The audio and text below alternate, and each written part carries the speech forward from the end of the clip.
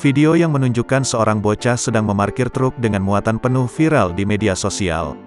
Video tersebut diunggah oleh akun Instagram @cctv.ponorogo_sektor.barat. Dalam rekaman itu terlihat seorang bocah di bawah umur yang begitu lincah mengendari kendaraan yang bebannya berkali-kali lipat lebih berat dari tubuhnya.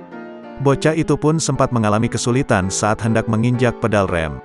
Nahasnya, orang dewasa yang berada di sekitar lokasi dan melihat aksi bocah tersebut justru malah membantu bocah tersebut untuk parkir dan melaju. Bukannya menghentikan aksi berbahaya itu. "Maju, maju, banting kanan," ucap seorang wanita dalam video tersebut. Belum diketahui secara pasti di mana kejadian tersebut terjadi. Namun, hal seperti ini tentu sangat disayangkan. Selain bisa membahayakan diri dan pengguna jalan lainnya, tentu saja secara umur, anak tersebut belum bisa memiliki surat izin mengemudi, SIM. Training Director Safety Defensive Consultant Indonesia, SDCI, Sony Susmana mengatakan, kejadian anak kecil yang mengemudikan truk sebetulnya sudah banyak dan sejak lama terjadi.